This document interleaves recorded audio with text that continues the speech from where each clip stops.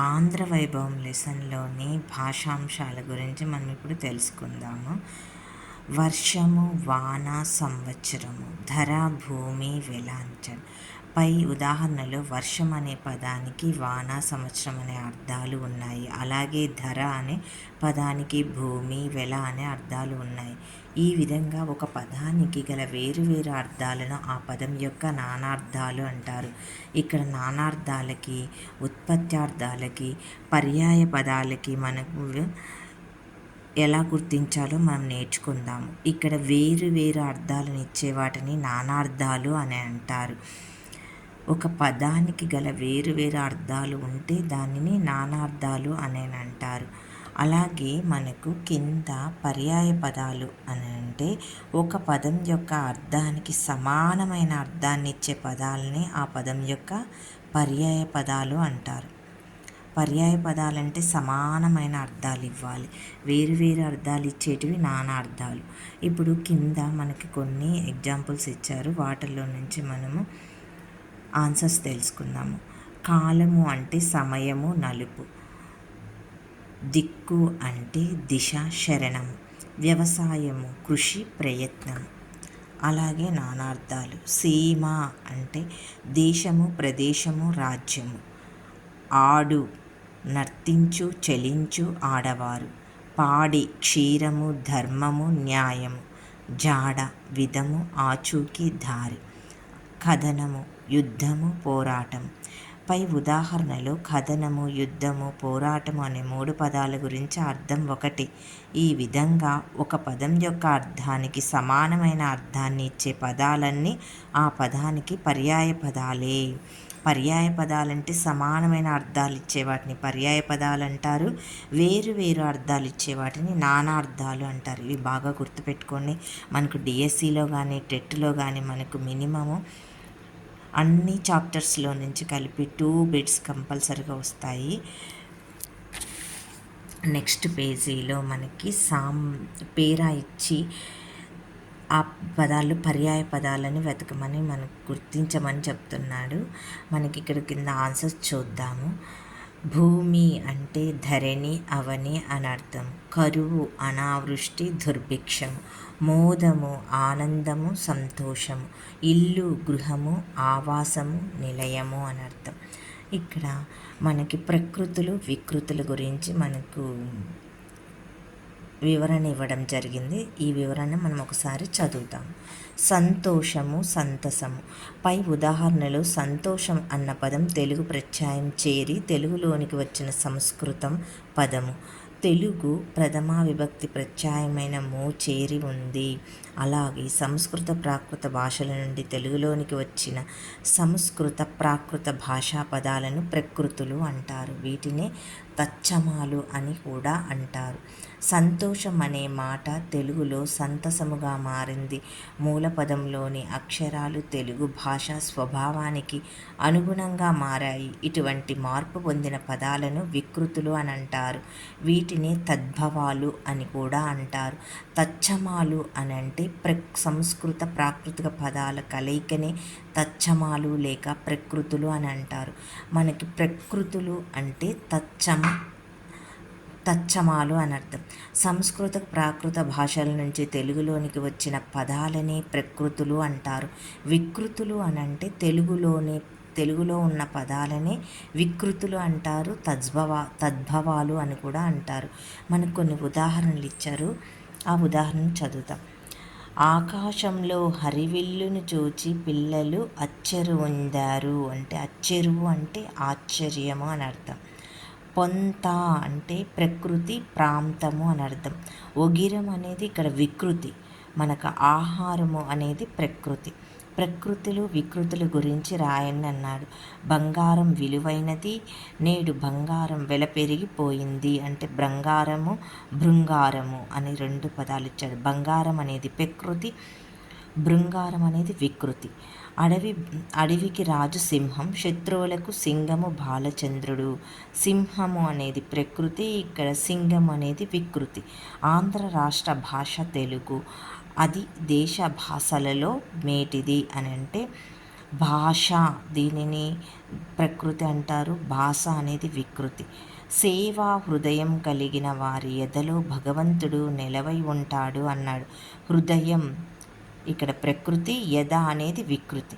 పాఠకులకు కవితలంటే ఇష్టం, కైతలు ఆనందాన్నిస్తాయి అన్నాడు. కవిత ప్రకృతి, కైత అనేది వికృతి. ఇది కథల పుస్తకం, ఈ పొత్తమును తప్పక చదవండి అని. పుస్తకం అనేది ప్రకృతి, పొత్తము అనేది వికృతి. తొందరెందుకు, వ్యాకరణాంశాలను చూద్దాము. అత్వసంధి, ఇత్వసంధి, ఉత్వసంధి అనేటివి మనకి తెలుగు సంధులు అంటారు. తొందరెందుకు, తొందర ప్లస్ ఎందుకు అంటే పై ఉదాహరణలో పూర్వపదం చివర అత్తు ఉండగా దానికి పరపదము మొదట ఏ అనే అచ్చు కలిసి సంధి జరిగింది. ఈ విధంగా హశ్వ అకారానికి ఏదైనా అచ్చుపరమైతే జరిగే సంధిని అత్వసంధి అంటారు. తొందర అంటే రాలో ఆ ఉంది ప్లస్ ఇక్కడ ఏలో మనకి అచ్చు ఉంది కాబట్టి దీనిని ఇక్కడ ఆకు ఏ పరమైంది, ఇక్కడ ఆకు ఏ పరమైంది కాబట్టి దీనికి ఇక్కడ రే వచ్చింది మనకి. అందుకని దీనిని అత్వసంధి అంటారు. అకారానికి ఆ, ఈ, ఊ, రూలు ఏ వరకు ఉన్నటువంటి అచ్చులు పరమైతే మనకి అత్వసంధి వస్తుంది. నెక్స్ట్ ఇత్వసంధి. ఇత్వసంధికి ఏమవుతుంది, అకారానికి ఏమంటివి, ఏమి ప్లస్ అంటివి. ఇక్కడ ఇకారానికి అచ్చులు పరమవుతున్నాయి మనకు. ఇక్కడ ఇకారానికి మీ అంటే ఏంటి, ఇక్కడ ప్లస్ ఈ కలిసింది కాబట్టి ఇక్కడ మమ్ అయింది. పై ఉదాహరణలో పూర్వపదం చివర ఎత్తు ఉండగా దానికి పరపదం మొదట ఆ అనే అచ్చుతో కలిసి సంధి జరిగింది. ఈ విధంగా ఏమి మొదలైన పదాల చివర హశ్వ ఇకారానికి ఏదైనా అచ్చు పరమైతే సంధి ఇత్వసంధి ఏర్పడుతుంది. ఇత్వసంధి ఇకారానికి అచ్చులు పరమవ్వాలి, ఇకారానికి అచ్చులు. ఇక్కడ పూర్వపదం అంటే ఇది, ప్లస్కు ముందున్న పదాన్ని పూర్వపదం అని, ప్లస్ తర్వాత ఉన్న పదాన్ని పరపదం అని అంటారు. పూర్వపదం ఎప్పుడు ఏమైనటువంటి ఇత్ అంటే ఇకారం ఉండాలి, ఈ సౌండ్ రావాలి మనకి. ఇక్కడేమో అచ్చుల సౌండ్ రావాలి, గుర్తుపెట్టుకో. ఉత్వసంధి ఓలలాడిన, ఓలలు ప్లస్ ఆడిన, ఇక్కడ లు అనే సౌండ్. పూర్వపదంలో ఇక్కడ ఏముంది, ఊ సౌండ్ ఉంది, ఊ. ఇక్కడ ఆ అచ్చులు ఉన్నాయి కాబట్టి లా అయింది. ఇప్పుడు ఈ ఉదాహరణలో పూర్వపదము చివర ఉత్తు హశ్వ ఉకారం ఉండగా దానికి పరపదం మొదట ఆ అను అచ్చు పరమైంది కనుక సంధి జరిగింది. ఈ విధంగా హశ్వ ఉకారానికి ఏదైనా అచ్చు పరమైతే ఉత్వసంధి జరుగుతుంది. హశ్వ అకారానికి ఏదైనా అచ్చుపరమైతే అత్వసంధి, అకారానికి ఏదైనా అచ్చుపరమైతే అత్వసంధి, ఇకారానికి ఏదైనా అచ్చుపరమైతే ఇత్వసంధి, ఉకారానికి ఏదైనా అచ్చుపరమైతే ఉత్వసంధి జరుగుతాయి మనకి. ఈ మూడు తెలుగు సంధుల్ని మీరు బాగా గుర్తుపెట్టుకోండి. వీటిలో నుంచి టెట్లో కానీ డిఎస్సిలో, టీజీటీ, పీజీటీలో మనకి ఈ సంధుల నుంచి అన్ని text book 6th to intermediate వరకు మనకు కంపల్సరీగా 4th క్లాస్ నుంచి ఉన్న పదాల్లో మనకు లెసన్స్లో ఉన్నటువంటి ఆ పదాల నుంచి ఖచ్చితంగా 2 బిట్లు మాత్రమైతే ఖచ్చితంగా వస్తాయి. మీరు గ్రామర్ని మాత్రం తప్పకుండా చూసుకోండి. నెక్స్ట్ క్రింద వాక్యాలలో గీత గీసిన పదాన్ని విడదీసి సంధి పేరు రాయండి. గంగనిచ్చెడు గోదావరి ఆంధ్ర రాష్ట్రంలో ప్రవహిస్తుంది. గంగనిచ్చెడు, గంగను ప్లస్ ఇచ్చెడు. ఇక్కడ ను ఊ సౌండ్ ఉంది. ఇక్కడ మనకి ను అంటే ఇక్కడ ను ఏ సౌండ్ ఉంది, ను అంటే ఇక్కడ ఊ సౌండ్ వచ్చింది, ఇక్కడ ఈ వచ్చింది. ఎప్పుడైనా మనకి ఇక్కడ సౌండ్ చూసుకోవాలి. ఇక్కడ సౌండ్ చూసుకుంటే ఇక్కడ ఏ సౌండ్ ఉంది, ఎన్ ప్లస్ ఊ అవుతుంది కాబట్టి ఊ సౌండ్ ఉంది కాబట్టి ఇది ఉత్వసంధి. నెక్స్ట్ ఈ పరపదంలో అచ్చులు ఉండాలి. ఆ నుంచి ఐ వరకు, ఆ నుంచి ఏ వరకు ఏ అచ్చులు ఉన్నా కానీ ఉత్వసంధి. ఇక్కడ అకారం ఉంటే ఆ సౌండ్ ఉంటే అత్వసంధి అవుతుంది. ఇక్కడ ఈ సౌండ్ ఉంటే ఇత్వసంధి అవుతుంది. ఊ సౌండ్ ఉంటే ఉత్వసంధి అవుతుంది. ఇప్పుడు మనకి దీంట్లో ఊ సౌండ్ ఉంది కాబట్టి ఉత్వసంధి అయింది. ఇక్కడ మనమిక్కడ అంటే మనము ప్లస్ ఇక్కడ, ఇది ఏ సంధి? ఉత్వసంధి అయింది. మనము ఊ సౌండ్ ఉంది కాబట్టి ఇది ఉత్వసంధి. ఇక్కడ కాదన్నది, కాదు ప్లస్ అన్నది, ఇక్కడ ఊ సౌండ్ వచ్చింది కదా, ఇక్కడ ఆ సౌండ్. పూర్వపదము ఊ, ఉత్వసంధి. నెక్స్ట్ దేశం అంటే మట్టి కాదు, దేశం అంటే మనుషులని గుర్తించారు. దేశము అంటే దేశము ప్లస్ అంటే మూ, ఏ సౌండ్ వచ్చింది? ఇక్కడ ఊ సౌండ్ వచ్చింది.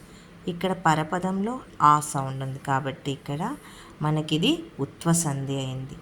నెక్స్ట్ మనుషులు ప్లస్ అని, మనుషులు ఊ సౌండ్ ఉంది, నెక్స్ట్ ఆ సౌండ్ ఉంది కాబట్టి ఇక్కడ ఉత్వసంధి అయింది. నెక్స్ట్ పుట్టినిల్లు, క్రింది పదాలను కలిపి రాసి సందుల పేర్లు రాయండి అన్నాడు. పుట్టిన ప్లస్ ఇల్లు, పుట్టిన ఇల్లు. ఈ సౌండ్ని దీనికి ముందున్న పూర్వపదం మీదకి వచ్చేస్తుంది మనం కలిపి రాసేటప్పుడు. ఎప్పుడైనా విడదీసి పదాలు రాయమన్నప్పుడు పూర్వపదముకి పరపదంలో ఉన్న అచ్చులు కలిపి రాయడం జరుగుతుంది. పుట్టిన అనే ఉంది కాబట్టి ఇక్కడ ఈ కలపడం వల్ల ఈ నీ అయింది. పుట్టినిల్లు అనేది అత్వసంధి. ఇక్కడ ఆ సౌండ్, నా అంటే ఎన్ ప్లస్ ఆ కాబట్టి ఇక్కడ నా అయింది. ఏమి ప్లస్ అయ్యను, ఏమయ్యను, ఏ మయ్యను అని ఉంటుంది, ఇత్వసంధి. ఇక్కడ ఏ సౌండ్ ఉంది? మీ అంటే ప్లస్ ఈ. నెక్స్ట్ మేము ప్లస్ అందరము, మేమందరము, ఉత్వసంధి. ము అంటే ప్లస్ ఊ, మేమందరము, ఉత్వసంధి.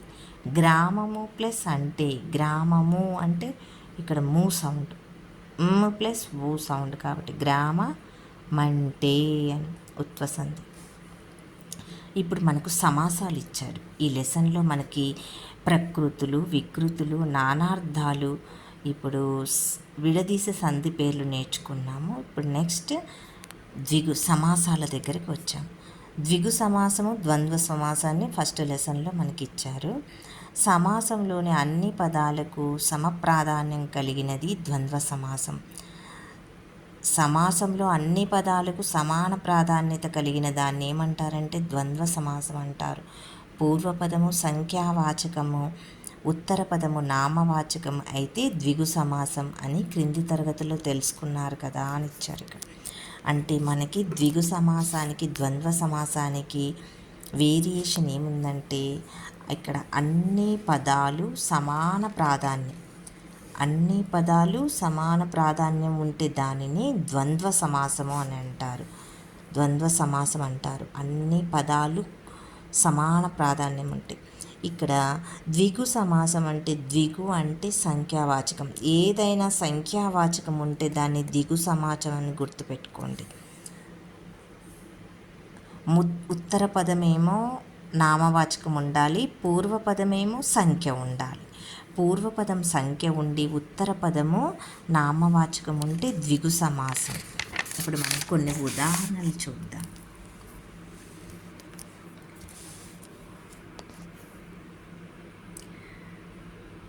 సమాస పదము, విగ్రహవాక్యము, సమాసం పేరు. పాడి పంటలు, పాడియును పంటలను, ద్వంద్వ సమాసము. నలుదిక్కులు, 4 అని సంఖ్య గల వేదాలు, ద్విగు సమాసం. వేదాలు ఇక్కడ తప్పు రాశారండి, కొంచెం మిస్టేక్ ఉంది, దీన్ని సరి చేసుకోండి, నేను కూడా చూసుకోలేదు. సిరి సంపదలు, సిరి మరియు సంపదలు. ఇక్కడ రెండు పదాలకు ప్రాధాన్యత ఉంది కాబట్టి ఇక్కడ ద్వంద్వ సమాసం అయింది. 6 కోట్లు, ఇక్కడ 6 అనేది సంఖ్య, కోట్లు అనేది పూర్వపదము. ఇక్కడ పూర్వపదం ఏముండాలి? నామవాచకమై ఉండాలి కాబట్టి దీన్ని ద్విగు సమాసం అని అంటారు. మీకు దిగు సమాసానికి ద్వంద్వ సమాసం మీకు అర్థమై ఉంటుంది. ఇప్పుడు మీరు ఎగ్జామ్లో వస్తే ఈజీగా ఆన్సర్ చేయడానికి నేను ఒక గుర్తుపెట్టుకునేది నేను కోడ్ చెప్తాను. ద్వంద్వ అంటే 2 పదాలు ఉంటాయి. దాంట్లో 2 పదాలకి సమ ప్రాధాన్యత ఉంటాయి. అవి నేమ్స్ కావచ్చు, పదాలు కావచ్చు, అన్నదమ్ములు, పాడి పంటలు, కూరగాయలు, ఇలా కొన్ని ఎగ్జాంపుల్స్ ఉన్నాయి. రామలక్ష్మణులు, ఇట్లా అవి 2 పదాలు ఉన్నాయి కాబట్టి వాటిని ద్వంద్వ సమాసం అంటారు. ద్విగు అంటే సంఖ్య. ద్విగు అంటే సంఖ్య అని గుర్తుపెట్టుకోండి. సంఖ్య ఒకటి పూర్వపదమేమో సంఖ్య ఉంటుంది, ఉత్తర పదమేమో నామవాచకం. ఏ పదమైనా కావచ్చు, సంఖ్య ఉండాలి. మొదట సంఖ్య ఉండి తర్వాత నామవాచకం ఉంటే దాన్ని ద్విగు సమాసం అంటారు. మనం నెక్స్ట్ కింద కొన్ని విగ్రహ వాక్యాలు సమాసం పేర్లు రాయమన్నారు. తల్లిదండ్రులు, తల్లియును తండ్రియును. రాష్ట్ర కీర్తి నలుదిక్కులా వ్యాపించింది. ఇక్కడ నలుదిక్కులు అంటే 4 దిక్కులు అని అర్థం. ఇక్కడ 4 దిక్కుల సంఖ్య అంటే నలుదిక్కులు అన్నప్పుడు ద్విగు సమాసం అయింది. అన్నదమ్ములు, అన్నయ్యను తమ్ముడును, ద్వంద్వ సమాసం. అష్టదిక్పాలకుడు, అష్ట అంటే 8, అష్ట సంఖ్య గల దిక్పాలకులు అని అర్థం.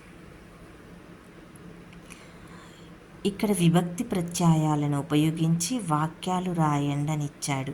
ప్రత్యయాలు అంటే మనకి డూము ఊలు ప్రథమా విభక్తి, నిన్ నున్ లన్ కూర్చి గురించి ద్వితీయ విభక్తి, చేతన్ చేన్ తోడన్ తోన్ అనేది తృతీయ విభక్తి, కొరకు కై చతుర్థి విభక్తి, వలనన్ కంటే పట్టి అంటే పంచమి విభక్తి, నిన్ కున్ యొక్క లోన్ లోపల షష్ఠి విభక్తి, అందున్ నన్ అనేది సప్తమి విభక్తి, ఓ ఓయ్ ఓరి ఓసి అనేది సంబోధన ప్రథమా విభక్తి.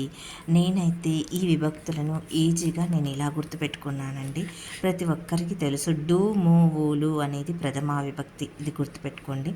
నిన్ నున్ లన్ కూర్చి గురించి అనేది ద్వితీయ విభక్తి.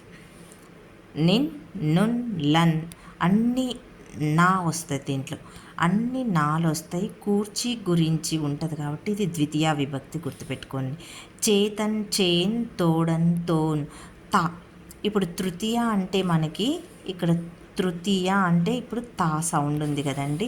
ఈ తా ఉంటే దీనిని తృతీయ విభక్తి అని పెడుతుంది. చేతన్ చేన్ తోడన్ తోన్ అనేది తృతీయ విభక్తి. కొరకున్ కై చతుర్థి, కొరకున్ కై అనేది చతుర్థి. నెక్స్ట్ వలనన్ కంటే పట్టి కంటే వలనన్ అనేటివి పంచమి. ఇక్కడ పట్టి పంచమి అని గుర్తుపెట్టుకోండి. కిన్ కున్ యొక్క లోన్ లోపల, యొక్క అనేదాన్ని యొక్క లోన్ లోపల అనేది షష్ఠి విభక్తి. అందున్ నన్ అనేది సప్తమి విభక్తి. అందున్ అనే సప్తమి అని గుర్తుపెట్టుకోండి. అందున్ సప్తమి. ఓయ్ ఓయ్ ఓరి అనేది సంబోధన విభక్తి.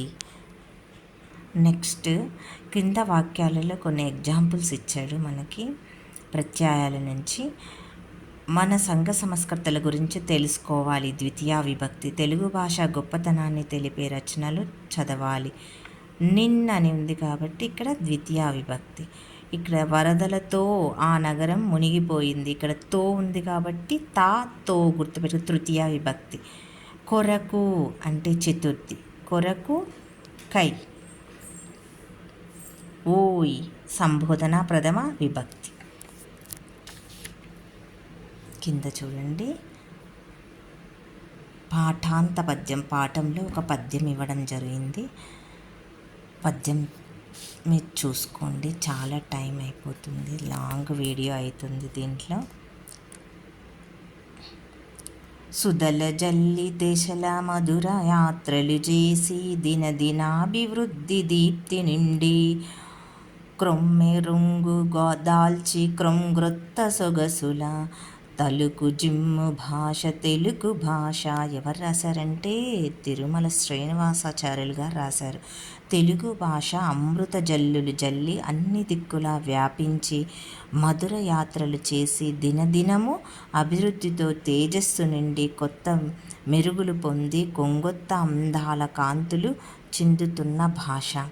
సూక్తి సాహిత్యము జాతి యొక్క సంస్కృతిని ప్రతిబింబింపజేయాలి అని విశ్వనాథ సత్యనారాయణ మనకు చెప్పాడు.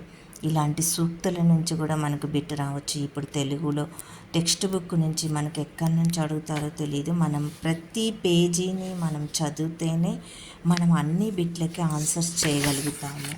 నెక్స్ట్ ఆగస్టు 29వ తేదీన మాతృభాషా దినోత్సవం జరుపుకుంటాము.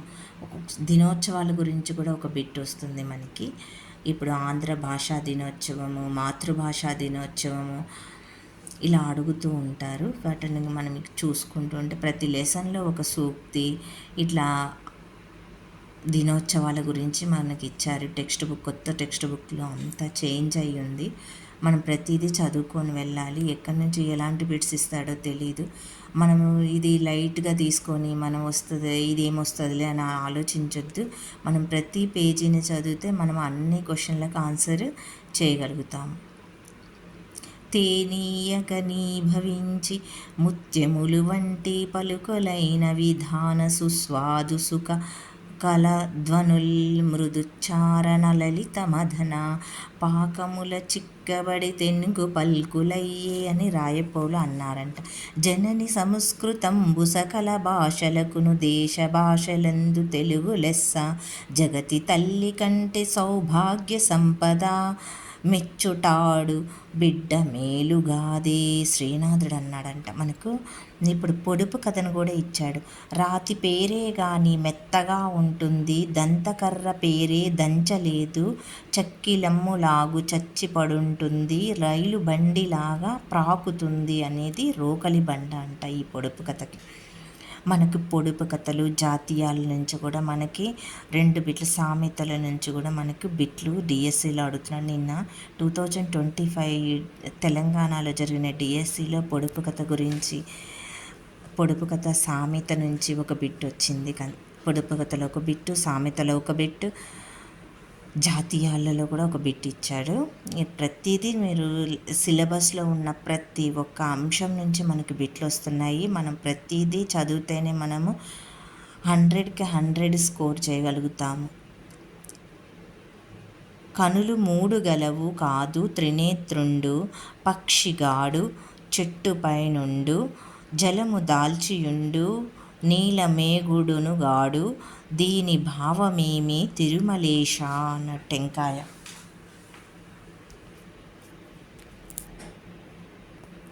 మనం ఇప్పుడు ఆంధ్ర వైభవం లెసన్లో ఉన్నటువంటి భాషాంశాల గురించి, గ్రామర్ గురించి మొత్తం నేర్చుకున్నాము. ఈ వీడియో మీకు ఉపయోగపడింటే లైక్ చేయండి, షేర్ చేయండి. మీకు మంచి వీడియోస్ కోసం మా ఛానల్ని సబ్స్క్రైబ్ చేసుకోండి. మీకు ఎలాంటి వీడియోస్ కావాలో మాకు కామెంట్ సెక్షన్లో కామెంట్ చేయండి. Thank you.